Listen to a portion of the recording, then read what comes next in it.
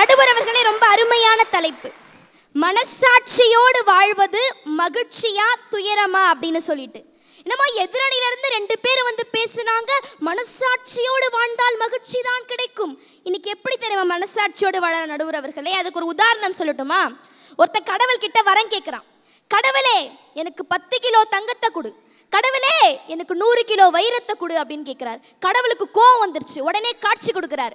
டே, நீ என்ன கேட்குறியோ நான் வரம் தரேன்டா, ஆனா ஒரு கண்டிஷன் அப்படின்னு சொல்றாரு கடவுள்.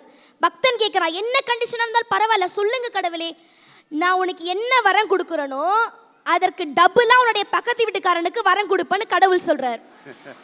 இவன் யோசிக்கிறான், என்னடா நாம நல்லா இருக்கிறதுக்கு வரம் கேட்டா ஒரு பக்கத்து வீட்டுக்காரன் நல்லா இருக்கிறதுக்கு பதில் சொல்றாரு, இது நம்மளுக்கு ஒத்து வராது, இது நம்ம மனசாட்சிக்கு ஒத்து வராதுன்னு என்ன சொல்றான், கடவுளே அப்படின்னா எனக்கு ஒரு கண்ணு போகணும் அப்படின்னு வேண்டிக்கிறான்.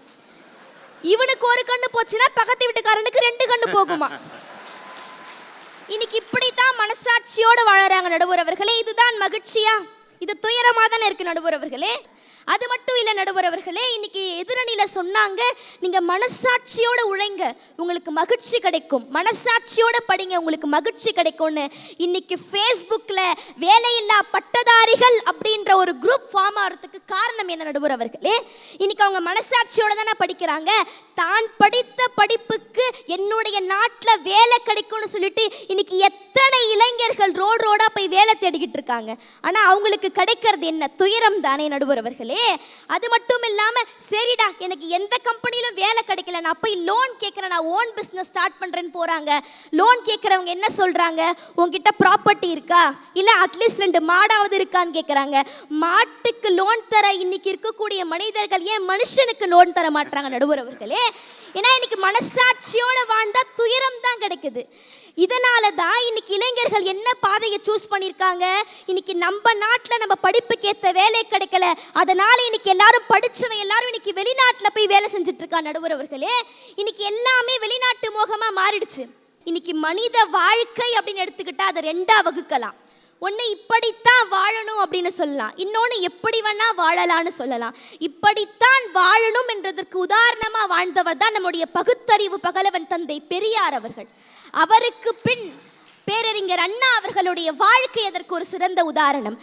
கடமை, கண்ணியம், கட்டுப்பாடு என்கிற கோட்பாட்டை தன்னுடைய வாழ்நாள் முழுவதையும் கடைபிடித்து வாழ்ந்தவர் பேரறிஞர் அண்ணா. அவர் சட்டசபைக்குள்ள வந்துகிட்டு இருக்காரு. அப்போ ஒருத்தர் வந்து அவரை பார்த்து கேட்கிறாரு, அண்ணா, மிஸ்டர் அண்ணா, your days are counted அப்படின்னு சொல்றாரு. நீ உன்னுடைய நாட்களை எண்ணிக்கிட்டு இருக்க அப்படின்னு சொல்றாரு.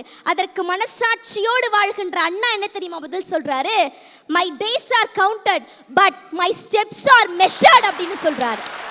என்னுடைய தடங்கள் கணக்கிடப்படுகிறதுன்னு சொல்றாங்க. அப்படி மனசாட்சியோடு வாழ்ந்தவர்களுக்கும் அன்றைக்கு துயரம் தான் கிடைத்தது. அந்த வரிசையிலே பகுத்தறிவு பகலவன் பேரறிஞர் அண்ணா, அவருக்கு பிறகு இன்னைக்கு வாழுகின்ற வள்ளுவராக மனசாட்சியோடு 14 வயதிலே தமிழ் கோலை எடுத்துக்கொண்டு இன்றைக்கு 93 வயதையும் தாண்டி இன்றைக்கு தமிழுக்காக தன்னையே அர்ப்பணித்துக் கொண்டு மனசாட்சியோடு வாழ்கிற ஒரே தலைவர் முத்தமிழறிஞர் டாக்டர் கலைஞர் அவர்கள் தான். அப்படிப்பட்ட மிகப்பெரிய தலைவர் கிட்ட இருக்கக்கூடிய செங்கோலை மக்கள் இன்னைக்கு வேற ஒருத்தவங்க கையில கொடுத்திருக்கலாம். ஆனால் என்னைக்கு இந்த எழுதுகோலோடு செங்கோல் சேருகிறதோ அன்றைக்குத்தான் மனசாட்சியோடு வாழ்ந்தால் மகிழ்ச்சி கிடைக்கும் நடுவர் அவர்களே.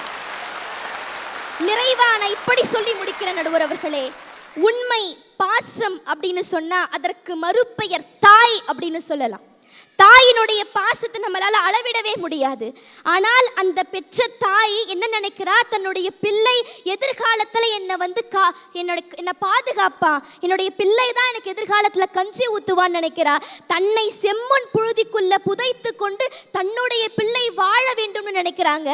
இன்னைக்கு நகரத்தில் வேலை செய்யக்கூடிய பல இளைஞர்கள் நினைக்கிறது என்ன தெரியுமா, தன்னுடைய கையில சின்ன அழுக்கு வந்துடக்கூடாது, உடனே மெனிக்யூர் பெடிக்யூர்னு போயிட்டு பார்லர்ல சரி பண்ணிக்கிறாங்க. ஆனால் தன்னுடைய பிள்ளை மகிழ்ச்சியாக வாழ வேண்டும் என்பதற்காக தன் உடம்பையே செம்மண் புழுதிக்குள்ள புதைத்து கொண்டிருப்பவள் தானே நடுவர் அவர்களே தாய். அப்படிப்பட்ட தாய்க்கு என்ன கிடைக்கிறது? இறுதியில துயரம் தானே கிடைக்கிறது நடுவர் அவர்களே. ஏன் இன்னைக்கு உலகத்துல பிறந்த எல்லா மனுஷனுக்கும் ஒரு ஆசை இருக்கும். ஏன் உங்களுக்கு என்னங்க ஒரு மிகப்பெரிய ஆசை? எனக்கு மிகப்பெரிய ஆசையா, எனக்கு மிகப்பெரிய ஆசை வந்து இதே மாதிரி பட்டிமன்ற நடுவராக இருந்து உலகத்தில் இருக்கக்கூடிய எல்லா மக்களையும் வாழ்நாள் முழுவதும் மகிழ்ச்சிப்படுத்தி கொண்டே இருந்தாலே அதுவே போதும் எனக்கு. இதுக்கு மேலே எனக்கு ஒரு பெரிய ஆசையெல்லாம் கிடையாது. நடுவர் அவர்களே, இப்படி எல்லாருக்கும் ஒரு ஆசை இருக்கும். ஆனால் ஒரு தாயின் கடைசி ஆசை கூட என்னவா தெரியுமா இருக்கும்? ஒரு தாயின் கடைசி ஆசை, என் மகனின் பெயரை என் கல்லறையில் எழுதி வையுங்கள். அவனை நினைப்பதற்காக அல்ல, அங்கும் அவனை நான் சுமப்பதற்காகன்னு சொன்னாங்களே, அப்படிப்பட்ட தாயின் மனசாட்சிக்கு கூட கிடைப்பது துயரம்தான் நடுவர் அவர்களே. எனவே இப்படி மனசாட்சி இல்லாமல் இருளிலே வாழ்ந்து கொண்டிருக்கின்ற இந்த தமிழகத்திற்கு வெளிச்சம் வர வேண்டும் என்று சொன்னால் அதற்கு உதய சூரியன் மீண்டும் தரணியிலே உதிக்க வேண்டும். அப்படி உதிக்கின்ற நாள் வெகு தொலைவில் இல்லை என்பதை தெரிவித்துக் கொண்டு நல்ல வாய்ப்பளித்த அத்துணை நெஞ்சங்களுக்கும் நன்றி கூறி விடைபெறுகிறேன். நன்றி, வணக்கம்.